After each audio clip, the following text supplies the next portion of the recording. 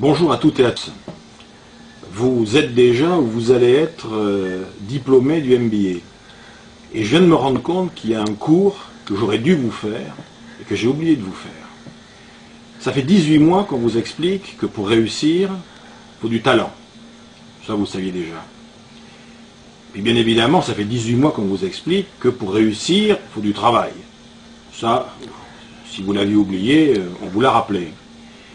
Il y a une chose qu'on avait oublié de vous dire, c'est que pour réussir, il faut de la chance. Et j'avais complètement oublié de vous faire le cours sur comment avoir de la chance. J'ai 5 minutes devant moi, je vais essayer de rattraper le temps perdu. Vous me direz, mais comment est-ce qu'on peut faire un cours sur la chance? Il y a des gens qui vous disent, la chance, c'est le hasard. On est tombé là au bon moment. D'autres vont vous dire, ben non, il y en a qui l'ont, il y en a qui l'ont pas, c'est la bonne étoile. Mais moi, ce que je vais vous dire, c'est que par expérience, après pas mal d'années passées dans le management et dans la formation des managers, la chance, premièrement, c'est une compétence, et deuxièmement, c'est une compétence qui se travaille. C'est-à-dire que ceux qui ont de la chance à répétition, ils en sont responsables, et ceux qui ont des coups durs et des coups de malchance à répétition, ils en sont aussi responsables. Parce que dans le fond, c'est quoi la chance, quand on regarde bien? Les gens qui ont de la chance autour de vous, et si vous, vous en avez de la chance, ça veut dire que vous avez une capacité à créer autour de vous un environnement favorable. Coluche, qui était un grand spécialiste du management, aurait pu nous dire, avoir de la chance, c'est avoir la capacité à gagner les concours de circonstances. Eh bien, c'est exactement ce qu'on peut apprendre à faire dans le quotidien, du travail, en entreprise, dans la vie sociale, un peu partout. Mais ça peut aller plus loin. Avoir de la chance, dans le fond, c'est activer la boîte à opportunités. Faire en sorte qu'à travers ce que je fais, les décisions que je prends, les contacts que j'ai avec les autres, je vais déclencher l'apparition d'opportunités. Alors c'est quoi une opportunité? Vous vous en souvenez peut-être, on en avait sûrement parlé dans le cadre du cours ou dans nos conversations à la machine à café. Alors, les opportunités, c'est trois choses. D'abord, les opportunités, c'est les bonnes rencontres. Rencontrer les bonnes personnes au bon moment. Mais les opportunités, c'est aussi ce que j'appelle moi les territoires. Aller sur les bons territoires. C'est les bons territoires du business, mais c'est aussi les bons territoires de la culture, les bons territoires géographiques, les bons territoires de la relation. Être sur le bon territoire.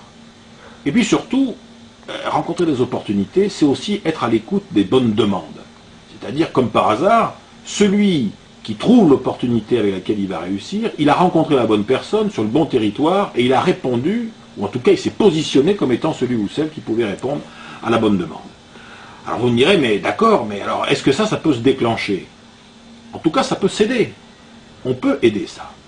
On peut aider ça avec 4 postures. La première posture, c'est déjà une posture de vigilance. C'est-à-dire de la curiosité. Celui qui vit dans la routine, généralement, rencontre très rarement des opportunités. Les opportunités détestent les systèmes qui tournent en rond. Savoir sortir de ses propres routines, c'est la première condition pour activer justement cette vigilance. Et ça prépare l'esprit. Je crois que c'est Pasteur qui disait la chance ne favorise généralement que les esprits préparés. Se tenir vigilant par rapport à ce qui se passe autour. La deuxième idée, on en a beaucoup parlé ensemble en cours, et vous en avez parlé avec d'autres de nos collègues, c'est la magie du réseau. Être en interaction avec les autres et se constituer un réseau.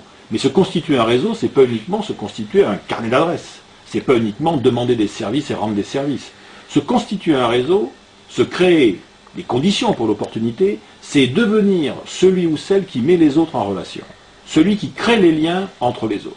Celui qui aide les autres, d'ailleurs, à faire des choses. Je vous avais donné cette merveilleuse citation, je crois, de Pierre Doré, qui était le fondateur de l'Institut européen du leadership, et qui disait « La meilleure façon pour atteindre ses objectifs dans une organisation, c'est d'aider ceux dont on a besoin à atteindre les leurs. Donc c'est travailler en réseau. » Le troisième secret de la chance, c'est justement d'être conscient que la chance, elle ne marche pas toujours. Et qu'il y a des fois où il y a des revers. On a des coups de malchance, mais tout le monde a eu des coups de malchance. Vous prenez toutes les grandes réussites du monde des affaires, les grandes réussites dans l'histoire, les grandes réussites dans les médias, dans le spectacle, dans le showbiz, les grandes réussites sont jalonnées de problèmes, de difficultés, de revers d'échecs. Simplement, qu'est-ce qui s'est passé? Les gens qui ont vécu ces choses-là, ils ont utilisé leur échec comme une matière première. Ils en ont fait quelque chose. Ils ont utilisé leur échec et ils l'ont transformé en projet. C'est devenu la matière première pour rebondir sur autre chose. Ce qui fait dire d'ailleurs que la chance, la vraie chance, c'est pas ce qui vous arrive. C'est ce que vous allez faire avec ce qui va vous arriver. Ce qui n'est pas tout à fait la même chose. Et donc, le quatrième secret de la chance, c'est l'anticipation. L'anticipation, en ce sens que il faut toujours avoir un projet d'avance.